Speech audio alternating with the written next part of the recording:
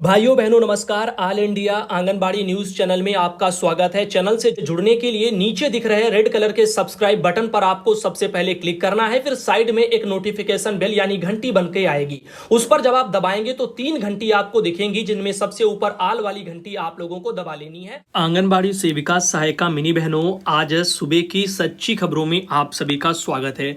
इन दिनों एक खबर बहुत ही तेजी के साथ वायरल हो रही है। अमर उजाला में ये खबर 4 अगस्त को कल ही वाराणसी जिले में जारी हुई है, जिसमें लिखा है कि बिना पहचान पत्र के नहीं मिलेगा पोषाहार, इससे रुकेगा फर्जीवाड़ा। तो आपको बता दें कि लाभार्थी के पंजीकरण में अनिवार्य रूप से देना होगा पहचान पत्र। इसके बारे में एक खबर प्रकाशित होने से काफी खलबली मची है। आइए देखते हैं इसमें विस्तार से क्या लिखा हुआ है। इसमें कहा जा रहा है कि बाल विकास सेवा एवं पुष्टाहार विभाग ने अब सिर्फ पंजीकरण के आधार पर पोषाहार वितरण पर रोक लगा दिया है। इससे लाभार्थी की अधिक संख्या दिखा करके अधिक पोषाहार आवंटन कराने के खेल खत्म हो जाएंगे। नई व्यवस्था के तहत अब पोषाहार पाने वाले लाभार्थी के पंजीकरण में आधार व अन्य पहचान पत्र अनिवार्य कर दिया गया है। यानी पोषाहार पाने वाले सभी लाभार्थी को अनुपूरक पोषाहार लेने के लिए आधार या कोई न कोई पहचान पत्र अवश्य दिखाना होगा।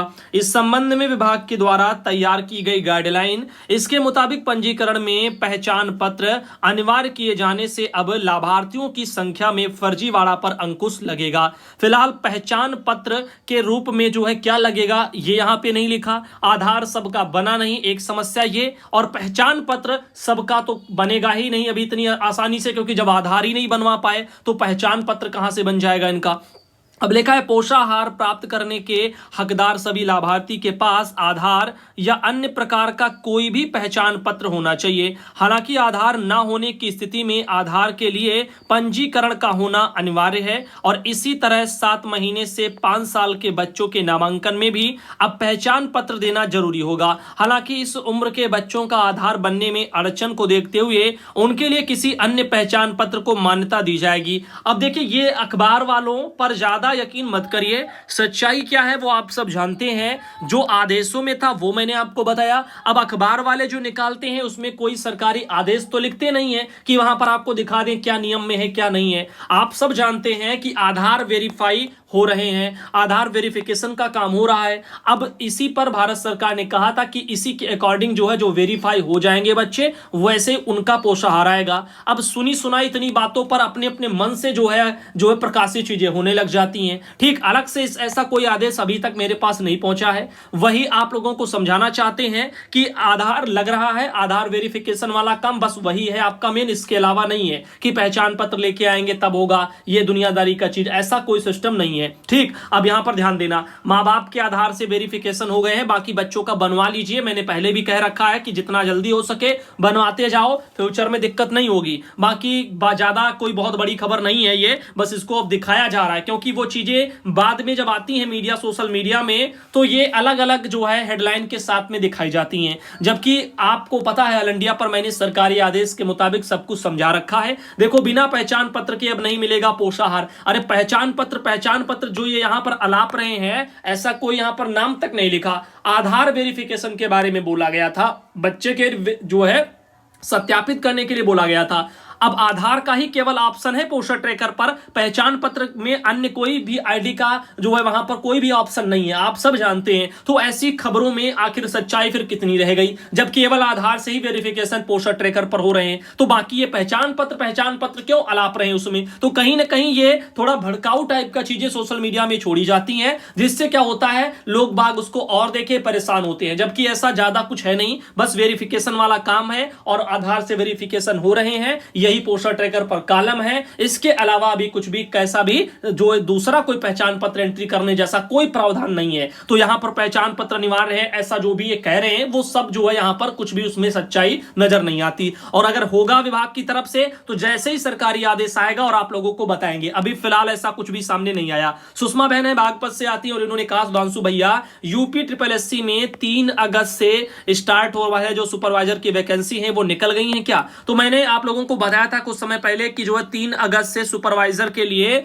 आपका जो है फॉर्म ऑनलाइन होने लग जाएंगे। तो कल 3 अगस्त था और जो है कल क्या परसों, तो वो आप लोगों का सब हो चुका है और अभी स्टार्ट नहीं हुआ है। काफी लोग परेशान है। देखो राजकुमारी है सोनभद्र से आती, इन्होंने भी कहा कि 3 अगस्त से क्या ऑनलाइन फॉर्म भरे जा रहे हैं। ऐसे एक बहन है लीला बांदा से आती, इन्होंने भी कहा सुपरवाइजर वाला जो वेबसाइट है वो खुल नहीं रहा है, फॉर्म ऑनलाइन नहीं हो रहे हैं। तो अभी जो है यहां पर काम नहीं हो रहा है, जैसे होने लग जाएगा आपको बता देंगे, परेशान बिल्कुल भी मत होना।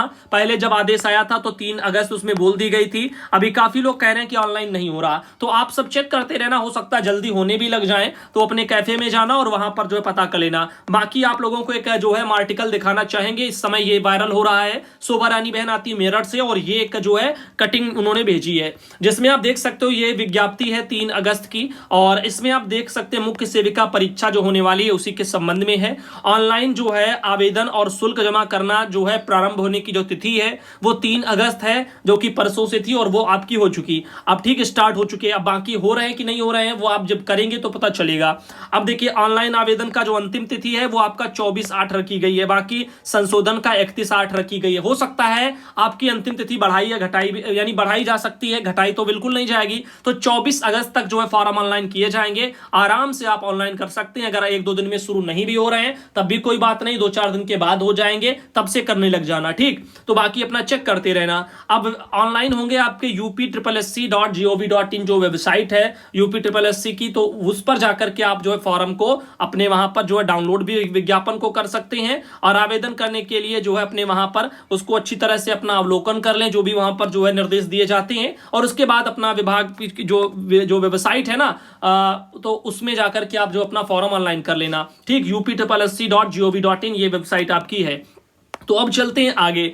अब देखिएगा यहां पर मुसरत जहां बहन आती है मुरादाबाद से, उन्होंने एक ये आर्टिकल भेजा है कि सीडीपीओ ने लापरवाही के चलते 29 आंगनबाड़ी के मानदेय रोकने को डीपीओ को लिखा पत्र। तो आइए देखते हैं और आपको बता दें, जो बिलारी पड़ता है वहां से ये खबर है।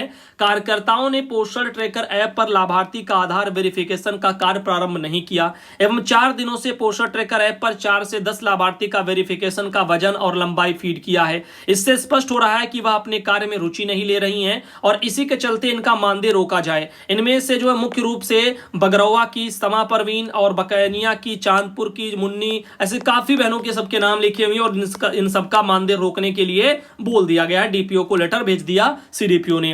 तो आप देख रहे हैं, जबकि बहुत पहले से बता दिया है कि वेरिफिकेशन का काम पूरा कर लो, फीडिंग का कर लो, गृह भ्रमण आते हैं उनको कर लिया करो, वजन कैसे करना है वो मैंने बता रखा, उसको कर लिया करो, सारी चीजें बता दी। सेंटर खोलने वाला आता है वो कर लिया करो, डेली भर दो। तो ये चीजें कुछ ऐसी हैं जो सब कुछ बताने के बावजूद भी जिनको सब कोई नहीं कर रहा। अब जो नहीं कर रहे हैं तो भैया कुछ ना कुछ तो भरेंगे, भुगतेंगे जरूर। तो क्योंकि देखो ये विभाग जो है काम तो आपसे करवा ही लेगा, समय पर करेंगे तो आपकी जो है तारीफ भी होगी और उल्टे जो है आपको परेशान नहीं किया जाएगा और आपका सम्मान भी होगा। और वही काम आपसे वो अपने तरीके से बाद में कराएंगे, लापरवाही बरतते हुए, कारण बताओ नोटिस जारी करते हुए, तो फिर उसका फायदा ही क्या रह जाएगा। काम तो आपसे वैसे भी करवा लेंगे। तो यहां पर इन चीजों को आप सोचिए। और 29 कार्यकर्ताओं का यहां पर मानदेय रोक जो है अब वहां पर रोका जा सकता है, इसके लिए लेटर दे दिया गया है। अब आगे देखो क्या होता है। ऐसे देखिएगा यहां पर सीडीपीओ और सुपरवाइजर इनको भी 4 महीने से वेतन नहीं मिला है। मुजफ्फरनगर में इस तरह की एक जो है खबर प्रकाशित की गई है, जिसमें आप देख सकते हैं जिला कार्यक्रम जो विभाग के द्वारा 4 सीडीपीओ और 30 सुपरवाइजर, इनको पिछले 4 महीने से वेतन नहीं मिला है। और यहां पर आप देख सकते हैं, और आंगनबाड़ी बहनों को भी जो है पैसा जो है यहां पर अभी जुलाई महीने का भी रह गया बकाया आना, बाकी जून का तो आपके खातों में लग चुका काफी जगह, ठीक, आ भी चुका।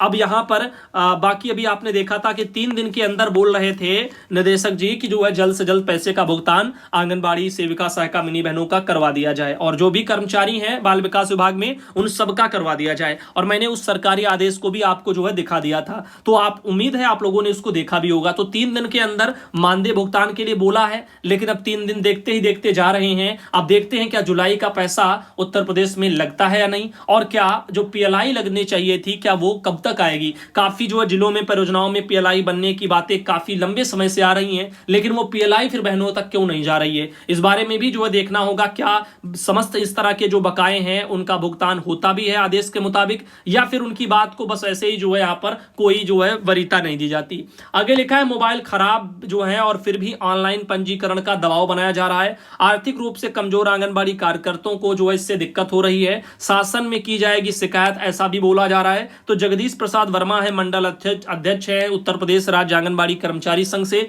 उन्होंने कहा है कि साल 2019 में वर्करों को विभाग के द्वारा जो मोबाइल दिए गए थे, इनमें से 90% मोबाइल खराब हो गए हैं और बावजूद इसके वर्कर पर मुख्य सेविका और सीडीपीओ की ओर से लाभार्थियों का पंजीकरण पोस्टर ट्रैकर ऐप पर करने का दबाव बनाया जा रहा है। इससे वह परेशान है और अधिकांश वर्कर आर्थिक रूप से कमजोर हैं। इस समस्या का शीघ्र समाधान न किया गया तो शासन स्तर पर इसकी शिकायत की जाएगी, ऐसा यहां पर बोला जा रहा है। तो इस सीतापुर जिले का मैटर है, आप यहां पे देख सकते हैं। तो इस तरह से ये दिक्कतें आ रही हैं। मोबाइल तो घटिया किस्म के मिले ही थे, विरोध करने का जब समय था तो ढंग से विरोध नहीं हुआ, तो सबको लेना अच्छा लग रहा था। अब जब वो फोन खराब निकले, जब बेकार हो गए हैं, तो अब काम का प्रेशर ऊपर से आपके घर वाले जो है फोनों से बनाया जा रहा है, तो उसमें लोगों को हो रही हैं दिक्कतें। ठीक, तो यहां पर ये चीजें हैं और विरोध एक आध के होने से कुछ हासिल नहीं होगा, ये भी एक कड़वा सत्य है। और इसीलिए जो है यहां पर सभी बहनों से यही कहता हूं कि जो भी करो तो सामूहिक रूप से करो। अगर विरोध करना है तो सब लोग करो, अन्यथा जब काम ही करना है तो फिर सब लोग काम ही कर लो, क्योंकि कुछ लोग काम कर रहे हैं, कुछ नहीं कर रहे हैं, और कुछ लोग विरोध करने में भी ढंग से नहीं है, ना ही काम करने में ढंग से है। तो समस्याएं ऐसे बनी हुई हैं। अब देखिए यहां पर आज का जो वीडियो है, ये सुमन लता बहन है सीतापुर से, उन्होंने ये वाला आर्टिकल भेजा था।